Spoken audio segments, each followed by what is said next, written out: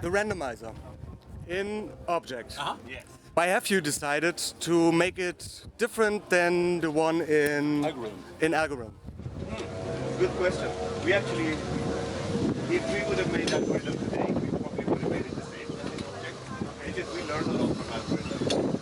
And the really important thing with Object is that the randomizer can get wild and weird. So it was very important to have a choice to say, actually no, I went too far, I want to go home again. Or to say, okay, I'm ready. So that was just an improvement, and I think algorithm we would have done the same if we did that now. Is there any chance that we get it on algorithm the same way? Always a chance. Is a chance? Okay. Always a chance. There is. I will say at the core of Reason, there is a design philosophy that when we make these devices, it's as if we feel about them. They look like hardware, and we feel about them like hardware. And so, in the same way that an MS-20 synth doesn't get a feature update, there's a philosophy that you wouldn't. But it sometimes happens. So that's sort of that's the X factor. Yeah. Is that? But and something like that is something that there's no risk of patch compatibility problems. That's the most important thing. We would never update something that broke compatibility. Yes. Second question. With Reason 12.6, you completed your roadmap, and my question is, when will we see the next roadmap? Are you going to focus on the transparency as in the last year? It's a very good question. I think the roadmap was both very good and very bad. The roadmap actually demonstrated why software companies of the last 20 years usually have been less transparent, because and it's not because everybody likes keeping secrets. It's that when you state your plans and then things change, then you're held accountable to what your original plans were, which is understandable on the user side. But it's hard. It's easier to get upset if you know someone was supposed to come here, rather than when it's simply released. The people have been torturing you about this roadmap. Not torturing, but It feels like. there have been very strong opinions. But, I mean, I can say I'm a Reason user. You too as well. A Reason user before we were working with Reason, and as an employee, once you're kind of on the inside of the castle walls, as it were, you get to see a lot of the decision making that goes on before anything is public. And there's a lot of times that I now know that if an instrument were to be publicized with all the features, or a version was to be publicized with all the features it's going to have from the initial discussions versus the final release, there would be new things in the final release that we never mentioned. There would be things we planned on doing that aren't there, and it sort of creates a certain amount of chaos. And so yeah. To answer the question as honestly as possible, I don't know if we will continue publishing roadmaps for a year or not. It was something we wanted to try. It had positive aspects. It's nice to be transparent, but it also had negative aspects, because you can run into technical issues, you can reprioritize. Maybe some super exciting thing comes up that we could do instead. And having a public roadmap means that you can't take those opportunities. So we'll see. I guess the big question is if people liked it. Yeah, right. Did it cause more happiness or agony? Or agony, yeah. Great, thanks. So with Object, you showed that you love physical modeling. What will there be next? Another physical modeling, some AI modeling, I don't know. Very good question. I think we're definitely going to take a break from physical modeling. Because Object, it actually grew a lot from initial idea to execution. It was able to do much more than we thought. So it covers so much ground. I think it will be years before people have explored it properly. So I think that's not what we're doing next. I think we want to focus on the sequencers, always at the top of mind. There are plenty of things we want to do, both in the device and the program. The question is always like, what's most fun for the users now, what's most important, and what's the problem? And we're evaluating that almost every week. There's like input.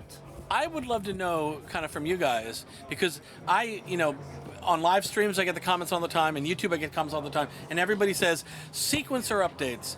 And I'm curious, on your side, because I have my ideas, and I'm sure you have your ideas of what sequencer updates mean. But I'd love to know from you guys, what are the sequencer updates that you guys are craving?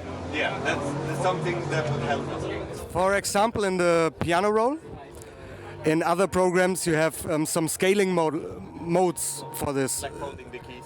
Yes, yes, exactly. Ableton does that. Folding lanes. Like, yes. Lanes, like you could do it in the SSL mixer too. That you can say, oh, I've got a category like a bus channel, bus channel and fold it then all you in. and then you Or maybe put the comp mode in the normal mode, so it's like a drop-down menu or something. Oh, I see. Yeah, there's a lot of ideas, and I mean, we want to improve all of Reason all the time. It's just a question of what we're doing first, pretty much. Yeah. So keep the ideas coming. Absolutely. And I think these are definitely things we've thought about. Yeah. Yeah, so let's dive into another kind of water. For sure, hardware corporations are not cheap and not easy to do, but will there be a kind of a balance 2.0? I think I can confidently say no, not in the years that I know about, because like you said, hardware is quite a big deal, and we're still a relatively small company, and we want to. I mean, part of why we rebranded ourselves Reason Studios was to make it clear that we are focusing on Reason. That's what we're really focusing on, and I think doing hardware again would take that focus away. So I doubt that we'll see any hardware anytime soon. Yeah. However, any kind of collaboration with a hardware company, I don't know, that's a very different thing. Certainly. That would be great. We would love that. Arturia? Maybe. Maybe Arturo. Just some thoughts. You know, the Reason synths are getting some of the classics now that might qualify for Arturia's V collection. Yeah, exactly. It's getting so vintage that Yeah. they could be put there. The most people here don't have experienced Object yet. Yes. But you got interjects on the backside. You showed in your video what to do with that. Yep. Could Matthias eventually have some other opinion on that? What to do with that? There's plenty to do. So just a couple of examples. It's really fun to do it with a drum loop, but then bring up the exciter level so you hear the drum loop, and then just have a little bit of the resonator to almost give it like a relay reverb resonating kind of tone, and use it more as an effect than more of a vocoder, which is really, really fun. We've also tried, the audio input is stereo, but it actually tracks the difference between the left and right hand signal. That's a green dot. And that's a modulation source. So a really fun thing is putting two microphones on the table, and then if you play closer to this one, it will change the values in a certain way, and closer to this one in another way. So try setting that external trigger position to damping, and then if you play like this, it will go from very open to very damped, just by hitting your table. That's great. There's a lot of really cool stuff you can do with that. So if Philip has no other question, I would end with a really standard one. So how do you feel at Superbooth? How do you like it? Yeah, what are your thoughts about it? I love it. I mean, I've been here many years, 5 years probably. Even when we're not here as a company, I'm still here. we meet last year. Exactly. Yes. And I love it. I mean, I'm a big synth guy, modular guy too, and I know a lot of people who run these companies, and it's always fun to meet them. And it's such a relaxed event. Like, it's not business. Familiar. Yeah. And people just are really passionate about what they do. They don't want to sell it to you necessarily. They just want to tell you why they think it's so awesome. And most of the times they made it because they thought it was so awesome. And that's my favorite thing. Like going to a modular company, like, oh, I made this new sequential switch that's really, really fast, so I can work with video because that's what I do. That's my favorite type of story. So I love just walking around and hearing that. This is my first time here. I've been to Music Messe. I've been to NAMM more times than I can count. And for me, those are about the music industry, and this is about the music community. And those of us who work officially in the industry, we came from the music community. We are musicians. We're still working musicians and music Some enthusiasts. of us just play cooler instruments than others. Some of us play banjo. The cooler ones, right? Exactly. Yes. Yeah. That's what I meant. But so I think what I recognize here is that this is the people that are here are the same people that are why we got into the the live streams or music- something like that. Yeah, I mean, the careers that we have are just an extension of being members of the music community. And so to see everybody walking around here as just music community enthusiasts, and they're not, I mean, not to speak ill of the NAMM show, but it was set up as a retailer and manufacturer. It's a trade show, and they're placing orders for the next year, what they're going to sell in their shop and stuff. And this is not that. This is really just, hey, we all love the same thing. Let's all get together and have a pretzel and chat about it. So.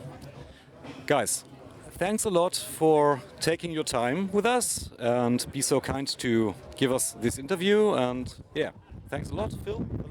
See you next time, guys. See you next time. Awesome. Thanks. Thank you.